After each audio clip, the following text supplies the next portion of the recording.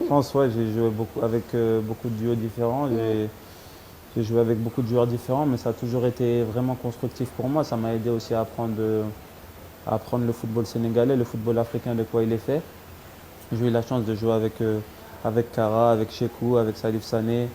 Aujourd'hui, je joue avec Abdou et ce que j'ai appris, c'est pas forcément se mettre sur le devant de la scène, mais vraiment essayer de mettre les joueurs à l'aise pour pouvoir avoir le 100% d'eux-mêmes. Et on le voit avec Abdou. Abdou a vraiment fait deux gros matchs. On avait un très grand joueur, un très grand défenseur, et ça va nous permettre d'aller de l'avant, de gagner des titres. Après, moi, j'ai vu qu'avec Abdou, quand même, on est vraiment complémentaires. Abdou aime bien sortir balle au pied, moi j'aime bien défendre. Donc voilà, ça nous fait deux défenseurs qui sont vraiment complémentaires, et j'espère que pour la suite, ça va continuer à bien travailler et à bien marcher. Même si vous êtes fait quand même quelques frayeurs sur les deux matchs.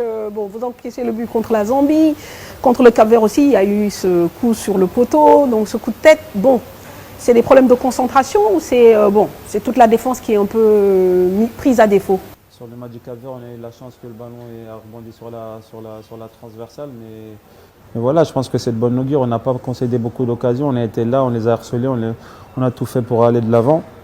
Après, il ne faut pas oublier qu'on a un football qui est vraiment offensif, qu'on va presser beaucoup les joueurs.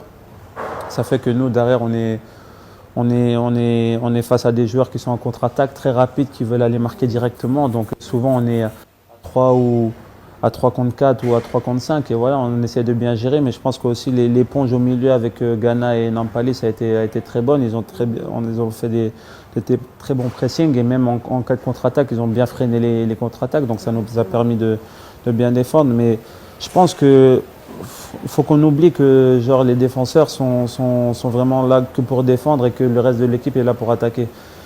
On a prouvé on est fort quand on attaque tous ensemble et on est fort quand on défend tous ensemble. Et c'est ça qu'il faut continuer à travailler et c'est ça qui va nous permettre d'avoir des résultats positifs. Ok. Khalidou, avec une nouvelle responsabilité encore, ce brassard de capitaine, comment ça s'est passé? Parce que je pense que bon, vous n'étiez pas forcément demandeur, mais aujourd'hui vous êtes le capitaine de cette équipe nationale. Ouais, c'est vrai, c'est une question qui a un peu troublé un peu tout le monde, je pense. Mais il n'y a eu aucun problème par rapport à ça. Vous savez, moi et Chéron, on se connaît depuis très longtemps, depuis qu'on joue en Belgique. Ça fait plus de 10 ans pratiquement. Et voilà, on a toujours eu ce respect mutuel l'un pour l'autre. Ensuite, moi, j'avais jamais eu besoin du brassard de capitaine pour dire ce que je pensais ou pour parler. Je pense que chaque joueur doit donner du sien et voilà, on a toujours eu cette franchise envers tout le monde et c'est pour ça qu'on allait de l'avant, on a eu les résultats qu'on a eus. Maintenant, il y a des choix qui ont été faits, on a parlé aussi entre nous les cadres et voilà, le brassard est tombé sur mon bras, mais ça aurait pu tomber sur le bras de Eddy comme de Ghana ou encore où Chirou aurait pu le garder. Et voilà, le coach a décidé de me le donner, mais je le remercie pour ça. Mais je pense que le plus important, c'est le collectif et c'est l'équipe. Aujourd'hui, moi, je veux qu'il n'y ait aucun problème entre nous de la sélection, entre les joueurs, parce que c'est vraiment ça qui va nous permettre d'aller vers l'avant.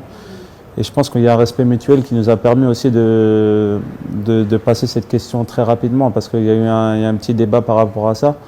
Mais je pense que des gars comme Chérou, des gars comme Ghana, comme Sadio étaient très intelligents d'éteindre directement le feu. Et voilà, maintenant, je pense qu'il n'y a aucun problème par rapport à ça. De toute façon, moi, si le brassard demain il doit être au bras de quelqu'un d'autre, il n'y aura aucun problème pour ça. Le plus important, c'est que le collectif et le Sénégal prime et qu'on aille de l'avant. Bien sûr. Donc vous êtes confiant par rapport à la prochaine CAN? Parce que bon, nous, on a envie d'y croire, mais parfois on est dans le doute. Parce qu'à l'image parfois des prestations du Sénégal. Mais vous pensez que cette fois-ci vraiment ce sera... Non, je pense qu'il faut avoir la confiance que vous avez eue sur la dernière CAN. La dernière CAN, on est parti. C'est vrai qu'il y a eu un peu de doute aussi.